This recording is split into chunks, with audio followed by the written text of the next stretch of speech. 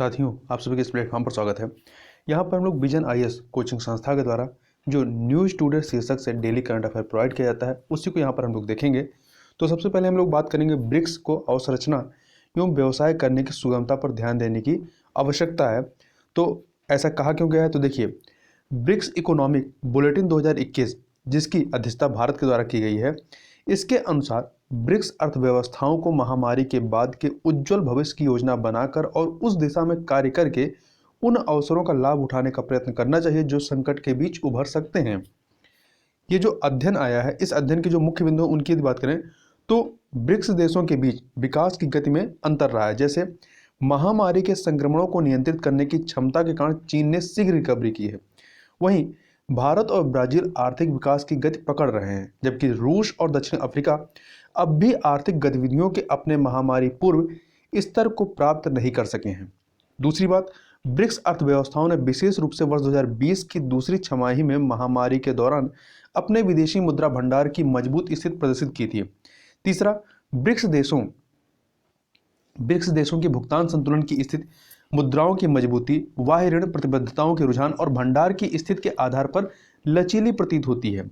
अध्ययन ने कोविड-19 से उत्पन्न अनिश्चितता, वैश्विक वित्तीय स्थितियों के प्रभावित होने और संकट से उत्पन्न होने वाले सतत आर्थिक एवं संरचनात्मक परिवर्तनों को ब्रिक्स देशों में चिंता के कारकों के रूप में रेखांकित किया है। ब्रिक्स के लिए आर्थिक सुधार का मार्ग क्या है? तो पहली चीज, उत्पादन के विभिन्न कारकों की उत्पादकता में सुधार के दृष्टि से संरचनात्मक सुधार लागू करना।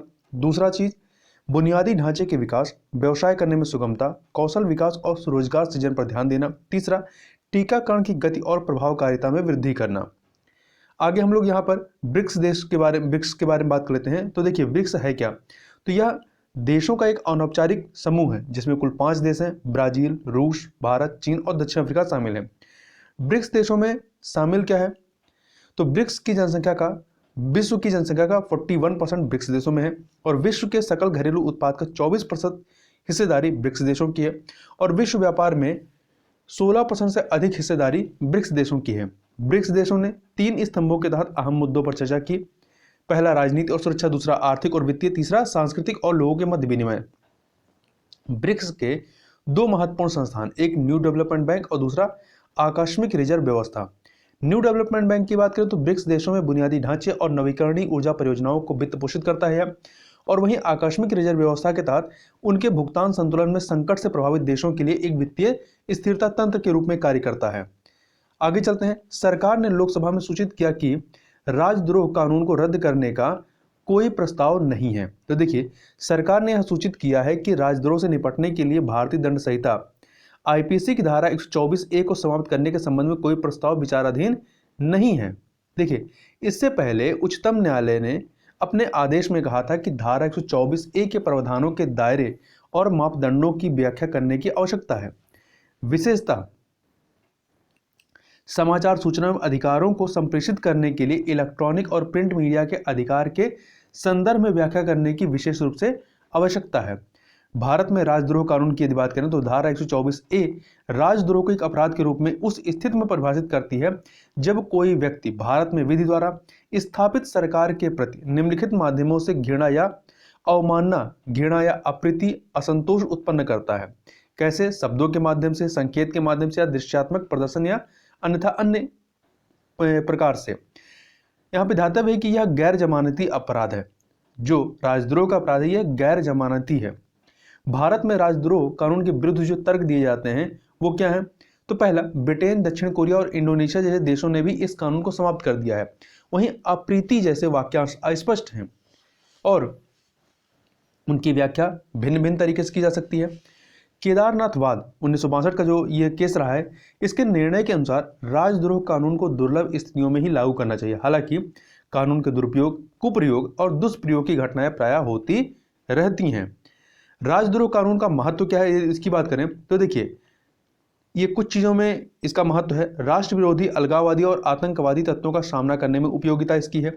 वहीं यह हिंसा और अवैध तरीकों से निर्वाचित सरकार को हटाने के प्रयासों से उसकी रक्षा करता है। इसके अतिरिक्त इस कानून का नागरिक और राजनीतिक अधिकारों पर अंतर्राष्ट्रीय वाचा international covenant on civil and political rights के साथ तालमेल नहीं है। यह सभी व्यक्तियों के अधिकार के रूप में अभिव्यक्ति की स्वतंत्रता की रक्षा करता है तब भारत इस वाचा का एक हस्ताक्षर करता है। आगे चलते हैं हम लोग। अगला है, एक सेकंड, संयुक्त राष्ट्र महासभा यूएनजीए ने अंतरराष्ट्रीय सौर गठबंधन आईएसए को पर्यवेक्षक का दर्जा प्रदान किया है। तो देखिए इसके बारे में और बात कर लेते हैं। तो देखिए यह दर्जा प्रदान करने से अंतरराष्ट्रीय सौर गठबंधन और संयुक्त राष्ट्र के मध्य एक सुस्पष्ट परिभाषित सहयोग स्थापित करने में मदद मिलेगी। इससे वैश्विक ऊर्जा की समृद्धि एवं विकास को लाभ प्राप्त होगा। यह अंतरराष्ट्रीय सौर गठबंधन को संयुक्त राष्ट्र मुख्यालय अर्थात न्यूयॉर्क में स्थायी कार्यालय स्थापित करने का विकल्प भी प्रदान करेगा। संयुक्त राष्ट्र के पर्यवेक्षक के दर्जे के बारे में यदि बात करें तो पहली बार स्थायी पर्यवेक्षक का दर्जा वर्ष 1946 में स्विस सरकार को प्रदान किया गया था। इसके पश्चात संयुक्त राष्ट्र महासभा द्वारा कई क्षेत्रीय और अंतर्राष्ट्रीय संगठनों को पर्यवेक्षक का दर्जा दिया गया है। अन्य पर्यवेक्षकों में जो शामिल है उसमें गैर सदस्य राज्य जैसे कि होलीशी, वहीं अंतर सरकारी और अन्य संगठन, उदाहरण के लिए संकल्प 76/123 द्वारा अंतरराष्ट्रीय सौर गठबंधन को, तथा विशिष्ट एजेंसियों जैसे कृषि एवं खाद्य संगठन FAO इत्यादि को भी पर्यवेक्षक का दर्जा दिया गया है।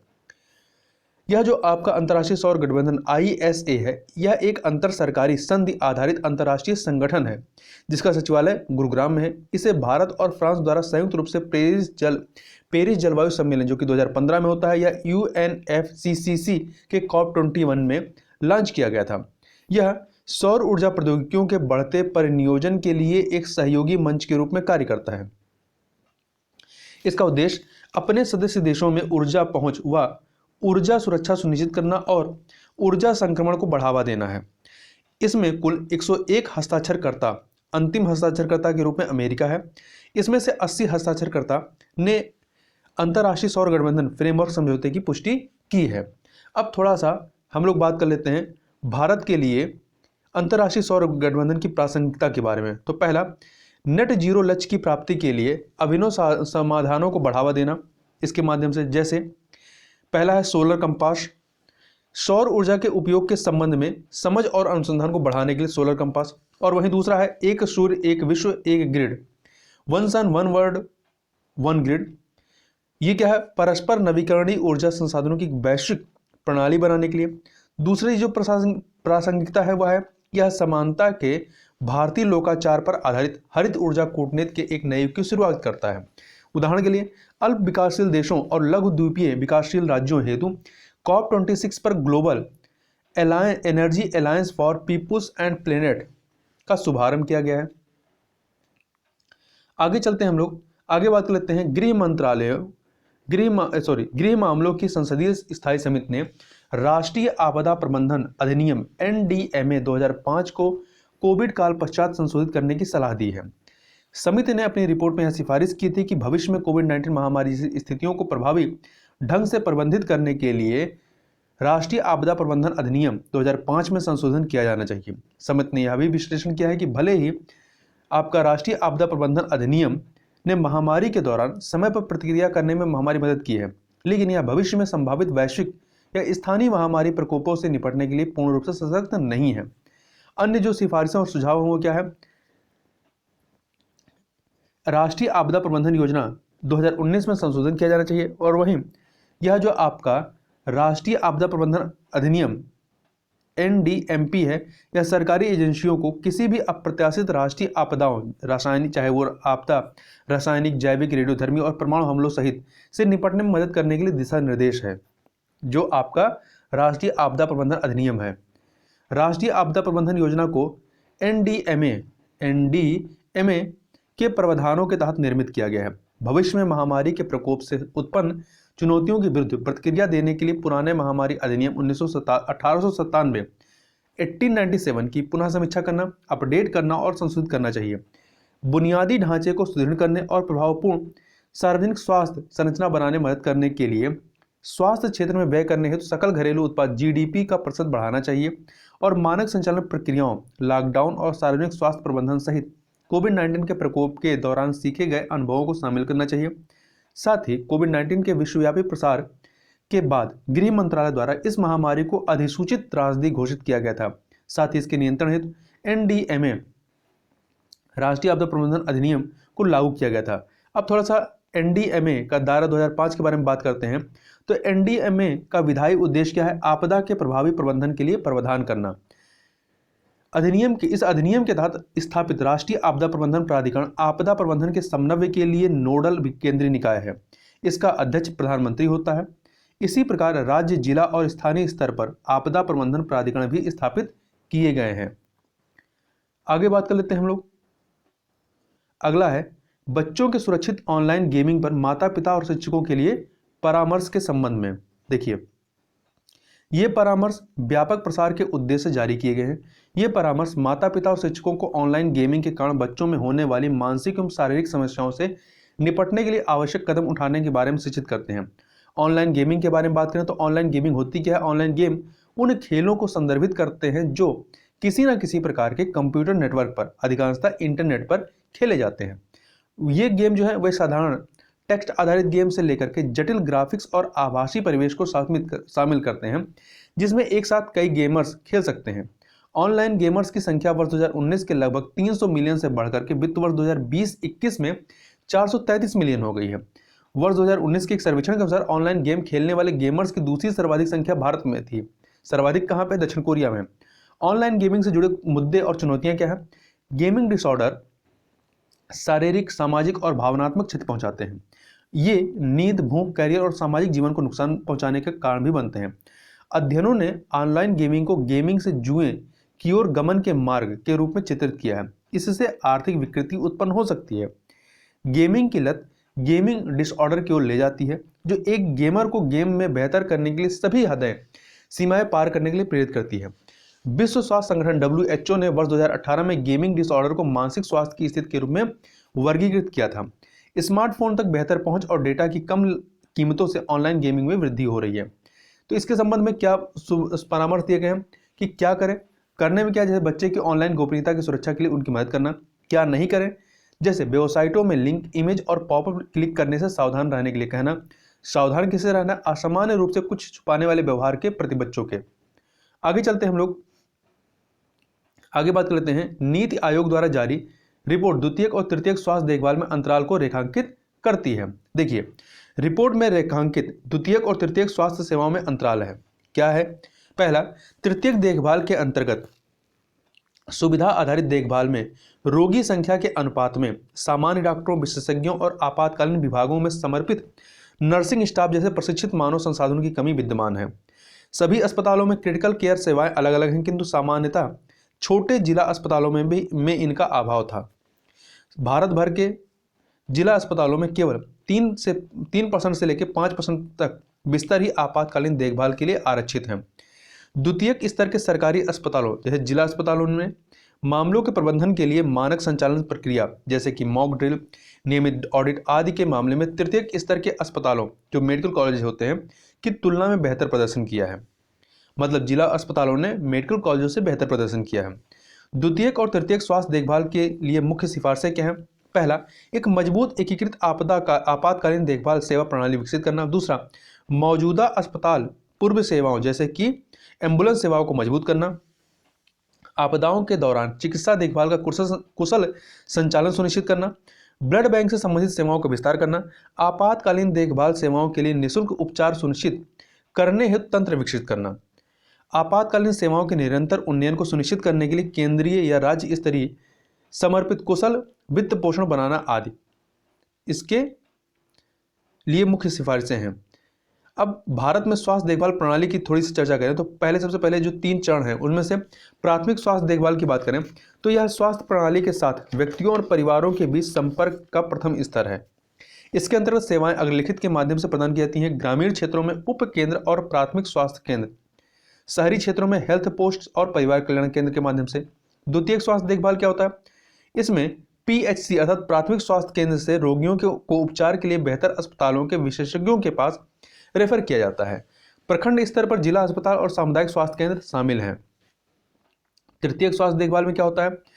विशेष परामर्शी देखभाल सामान्यतः प्राथमिक और द्वितीयक चिकित्सा देखभाल से रेफरल पर प्रदान की जाती हैं। ये सेवाएं चिकित्सा महाविद्यालयों और उन्नत चिकित्सा अनुसंधान संस्थानों द्वारा प्रदान की जाती है। आगे बात करते हैं जो सुर्खियों में चीजें रही उनकी। तो इसमें सबसे पहले बात करते हैं लोकतंत्र के लिए शिखर सम्मेलन के बारे में। देखिए, लोकतंत्र के लिए शिखर सम्मेलन के इस प्रथम सम्मेलन में भारत ने स्वतंत्र और निष्पक्ष चुनाव, शासन में पारदर्शिता आदि के लिए लोकतंत्रों के बीच सहयोग को आगे बढ़ाने की आवश्यकता को रेखांकित किया है। देखिए, लोकतंत्र के लिए शिखर सम्मेलन संयुक्त राज्य अमेरिका की लोकतांत्रिक सरकारों, नागरिक समाज और निजी क्षेत्र के अग्रणी व्यक्तियों को एक साथ लाने के लिए 2 चरणों की एक पहल है। इसका उद्देश्य स्थानीय से वैश्विक स्तर तक लोकतंत्र को अपने 3 स्तंभों के माध्यम से बढ़ावा देना। अब ये 3 स्तंभ कौन से हैं? पहला, लोकतंत्र को मजबूत करना और अधिनायकवाद का विरोध करना। दूसरा, भ्रष्टाचार से निपटना। तथा तीसरा, मानवाधिकारों के प्रति सम्मान को बढ़ावा देना। संयुक्त राज्य अमेरिका ने शिखर सम्मेलन में president initiative for democracy renewal की शुरुआत की। पाकिस्तान ने इस शिखर सम्मेलन में हिस्सा नहीं लिया, जबकि चीन को इसमें आमंत्रित नहीं किया गया था। आगे बात कर लेते हैं। अगला है विधिक इकाई पहचानकर्ता LEI के बारे में। तो देखिए, हाल ही में RBI ने 50 करोड़ या उससे अधिक के पूंजी या चालू खाते के सीमा पार लेनदेन के लिए एक विधि इकाई पहचानकर्ता LEI को अनिवार्य कर दिया है। LEI विधिक इकाई पहचानकर्ता एक 20 वर्ग का अल्फा न्यूमेरिक कोड होता है। यह अंतर्राष्ट्रीय मानकीकरण संगठन ISO 17442 मानक पर आधारित है। इसका उपयोग विश्व भर में वित्तीय लेन देन के लिए पक्षकारों की विशिष्ट रूप से पहचान करने के लिए किया जाता है। यह बेहतर जोखिम प्रबंधन के लिए वित्तीय डेटा रिपोर्टिंग प्रणालियों की गुणवत्ता और सटीकता में सुधार करता है। इसे global legal entity identifier foundation GLEIF द्वारा जारी किया जाता है। GLEIF अर्थात global legal entity identifier foundation द्वारा ही इसके उपयोग को विनियमित किया जाता है। GLEIF को वर्ष 2014 में वित्तीय स्थिरता बोर्ड द्वारा स्थापित किया गया था। आगे चलते हैं। अगला है आत्मनिर्भर हस्तशिल्पकार योजना के बारे में। तो देखिए, पूर्वोत्तर विकास वित्त निगम लिमिटेड NEDFI ने आत्मनिर्भर हस्तशिल्पकार योजना की शुरुआत की है। NEDFI पूर्वोत्तर क्षेत्र में एक प्रमुख वित्तीय संस्थान है, अर्थात पूर्वोत्तर विकास वित्त निगम लिमिटेड। इस योजना का उद्देश्य आय सृजन गतिविधियों के लिए सावधि ऋण के रूप में वित्तीय सहायता प्रदान करके पूर्वोत्तर क्षेत्र के छोटे शिल्पकारों के विकास में सहायता करना है। इसके अंतर्गत प्रति कारीगर 1 लाख रुपए की ऋण सहायता का प्रावधान है। इसके अंतर्गत दिया जाने वाला ऋण संपार्श्विक मुक्त होगा। इसमें 6% प्रतिवर्ष की रियायती ब्याज दर है। इस ऋण का भुगतान 24 महीनों में किया जा सकता है। आगे बात कर लेते हैं। अगला है वी थिंक डिजिटल कार्यक्रम, महत्वपूर्ण है, इसको ध्यान रखिएगा। इस कार्यक्रम के तहत राष्ट्रीय महिला आयोग ने एक ऑनलाइन संसाधन केंद्र शुरू किया है। इसका उद्देश्य ऑनलाइन सुरक्षा से संबंधित मुद्दों जैसे साइबर सुरक्षा, साइबर बुलिंग, साइबर स्टॉकिंग, वित्तीय धोखाधड़ी आदि संकटपूर्ण स्थितियों में महिलाओं की मदद करना है। इससे साइबर स्पेस में महिलाओं की सुरक्षा सुनिश्चित होगी। यह कार्यक्रम NCW अर्थात राष्ट्रीय महिला आयोग, फेसबुक और साइबर पीस फाउंडेशन के सहयोग से संचालित किया जा रहा है। ध्यान रखिएगा, राष्ट्रीय महिला आयोग, फेसबुक और साइबर पीस फाउंडेशन के द्वारा। इसके अंतर्गत यदि कोई महिला किसी साइबर अपराध का सामना करती है तो यह संसाधन केंद्र जो है महिला को समस्या समाधान के सभी तरीकों की जानकारी भी प्रदान करेगा। आगे चलते हैं। अगला है ऑपरेशन देवी शक्ति के बारे में। देखिए, तालिबान के अधिग्रहण के बाद से अफगानिस्तान से लोगों को निकालने के लिए भारत सरकार द्वारा ऑपरेशन देवी शक्ति नामक बचाव अभियान चलाया जा रहा है। आगे बात करते हैं वैश्विक मीथेन पहल GMI के बारे में। तो देखिए, भारत ने हाल ही में GMI वैश्विक मीथेन पहल में संचालन नेतृत्व बैठक की सह अध्यक्षता की है। यह जो GMI है, वैश्विक मीथेन पहल, यह एक स्वैच्छिक सरकार और एक अनौपचारिक अंतर्राष्ट्रीय साझेदारी है। यह विकसित और संक्रमणकारी अर्थव्यवस्थाओं वाले विकासशील देशों के बीच साझेदारी के माध्यम से मानव जनित मीथेन उत्सर्जन में वैश्विक गिरावट लाने के लिए स्थापित की गई है। इसे वर्ष 2004 में गठित किया गया था और 45 देश इसके सदस्य हैं। हाल ही में UNFCCC COP26 जो कि ग्लासगो में हुआ, में भी वैश्विक मीथेन प्रतिबद्धता लॉन्च की गई थी। इसका लक्ष्य वर्ष 2030 तक मीथेन उत्सर्जन को वर्ष 2020 के स्तर से 30% तक कम करना है। मीथेन एक ग्रीन हाउस गैस है। इसका कार्बन डाइऑक्साइड की तुलना में 25 से 28 गुना अधिक हानिकारक प्रभाव पड़ता है। यह कार्बन डाइऑक्साइड के बाद वातावरण में दूसरी सबसे प्रचुर मात्रा में पाई जाने वाली ग्रीन हाउस गैस है, मीथेन। आगे बात कर लेते हैं न्यूरोसिस्टोस कोर्सिस। तो ये हाल ही में हुए एक अध्ययन में असम के चाय बागानों में मिर्गी रोग से पीड़ित श्रमिकों में न्यूरोसिस्टिस कोर्सिस एनसीसी के उच्च प्रसार 42.2% को देखा गया है। ये जो एनसीसी है इसके बारे में बात करें तो यह एक निवार्य परजीवी रोग है। यह सुअर के मांस के टेप वर्म, एक प्रकार का सूक्ष्म कीट के लार्वा सिस्ट के कारण होता है। इसके परिणाम स्वरूप वयस्क में मिर्गी की शुरुआत हो सकती है।